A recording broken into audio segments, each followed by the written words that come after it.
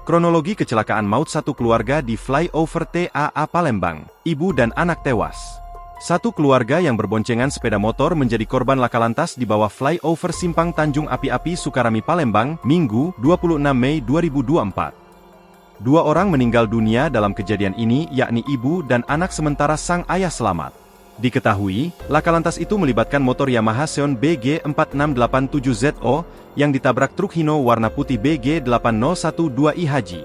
Kanit Gakum Satlantas Polrestabes Palembang, Ibtu Arham Sikakum mengatakan mulanya motor korban yang datang dari arah bandara hendak menuju ke kilometer 12 kemudian hendak menyalip dari kiri ke kanan. Kejadian sekitar pukul 12:35 WIB, informasinya mau ke Maskarebet, kata Arham usai melakukan olah TKP. Menurut informasi, motor dan truk tersebut sama-sama dari arah bandara namun motor hendak belok ke kanan arah kilometer 12. Disebutkan jika posisi motor di sebelah kiri dan akan ke Maskarebet. Identitas korban yakni Indra Dinata 39 tahun warga Maskarebet, kondisi korban selamat mengalami luka lecet kaki dan patah tangan.